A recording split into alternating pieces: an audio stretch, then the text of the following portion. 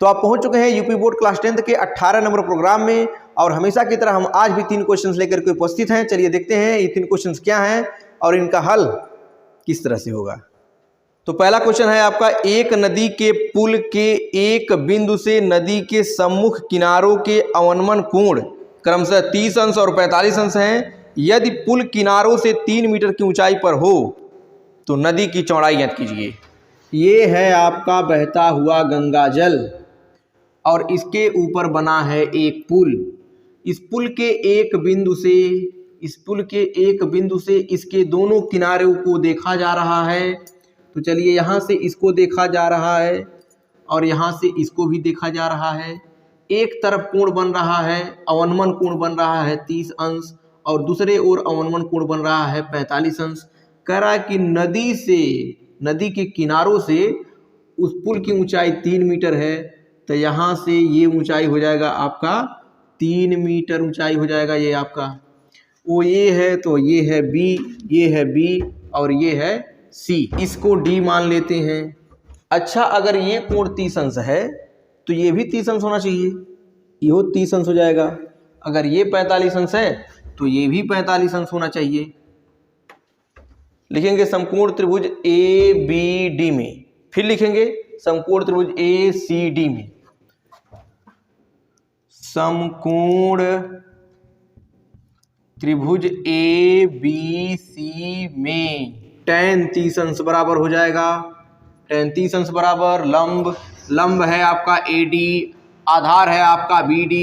tan 30 अंश का मान 1/करड़ी में 3, AD का मान है आपका 3 और BD का मान है नहीं मालूम है BD का मान। BD को इधर फेंक देंगे तो BD बराबर हो जाएगा 3/करड़ी में 3 मीटर। समकोण त्रिभुज ACD में tan 45 अंश बराबर होता है लंब यानी कि AD, आधार यानी कि CD। tan 45 अंश का मान 1, इसका मान 3 है, AD का मान, DC का मान नहीं मालूम है या CD का मान नहीं मालूम है। CD को इधर कर देंगे, CD बराबर हो जाएगा आपका 3 मीटर। लिखेंगे नदी की चौड़ाई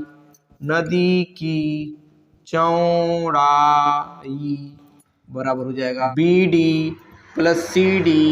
BD 3/करड़ी में 3, CD खाली 3 कॉमन हो जाएगा तो बचेगा करड़ी में 3 + 1 मीटर। तो अगला क्वेश्चन है आपके मोबाइल स्क्रीन पर, ये 3 काट a बराबर 4 हो तो जांच कीजिए कि 1 - tan स्क्वायर a बटे 1 + tan स्क्वायर a बराबर cos square a minus sin square a है या नहीं। 3 काट a बराबर दे दिया है 4, तो 3 को उठा के नीचे कर देंगे तो काट a बराबर आ जाएगा आपका 4/3।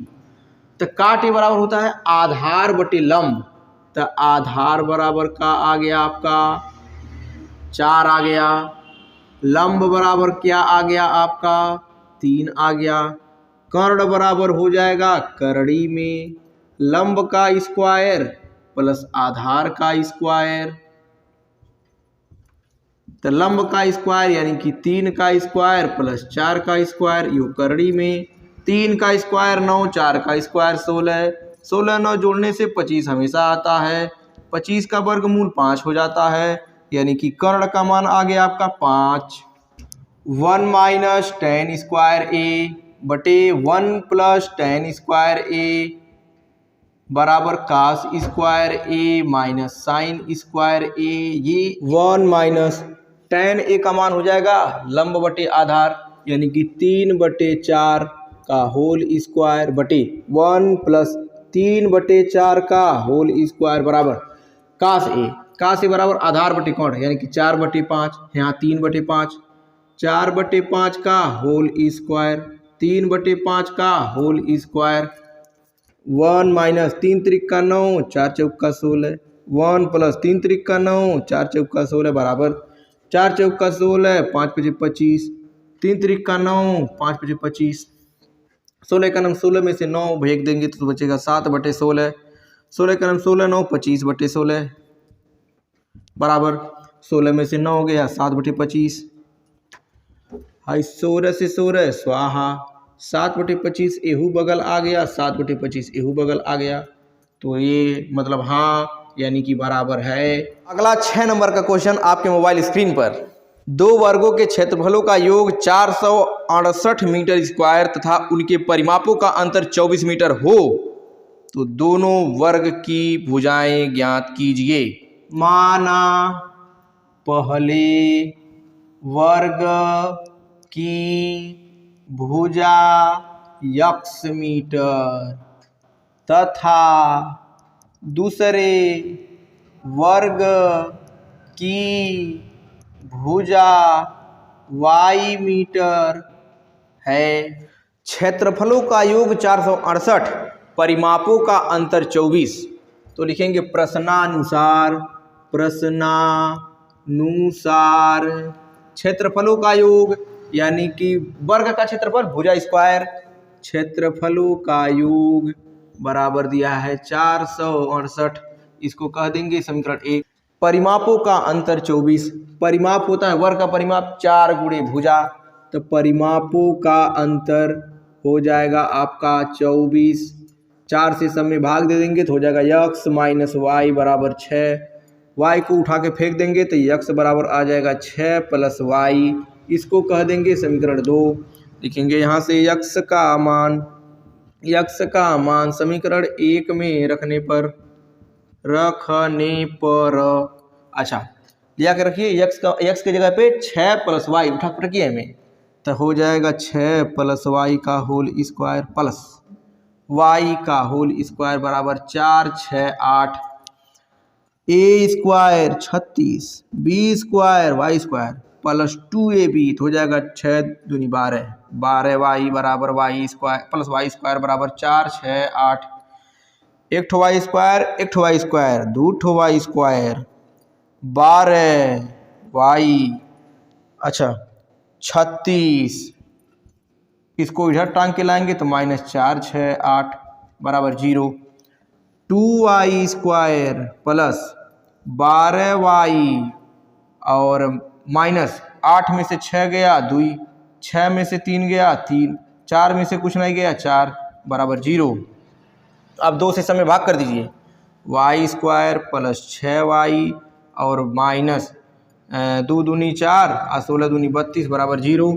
अच्छा तो 216 आ गया, तो 216 को लिख सकते हैं 18 गुणे 12, 18 में से 12 घटाएंगे तो 6 आ जाएगा, तो y square plus 18y minus 12y minus 216 बराबर 0। अब यहाँ से कॉमन ले लेंगे y को, y कॉमन हो जाएगा तो बचेगा y प्लस 18, यहाँ से कॉमन ले लेंगे माइनस 12 को तो बचेगा y प्लस 18 बराबर 0, y प्लस 18 सेम है, इनको एक कोठरी में पैक कर देंगे। अब y माइनस 12 को एक कोठरी में पैक कर देंगे तो ये हो जाएगा 0 के बराबर। y प्लस 18 y माइनस 12 बराबर 0, लिखेंगे जब y प्लस 18 बराबर 0 तो y बराबर हो जाएगा माइनस 18। अच्छा किसी वर्ग की भुजा ऋणात्मक हो सकती है, एक लंबाई है ना वो ऋणात्मक नहीं हो सकती है, अमान्य, खत्म। जब y माइनस 12 बराबर 0 तब y बराबर हो जाएगा 12 आ गया। y का मान समीकरण 2 में रखने पर लिखेंगे y का मान समीकरण 2 में रखने पर समीकरण 2 उठा लाइए, x बराबर 6 प्लस वाई, तो x बराबर 6 प्लस 12, x बराबर 18, यानी कि पहले वर्ग की भुजा 18 मीटर, दूसरे वर्ग की भुजा 12 मीटर।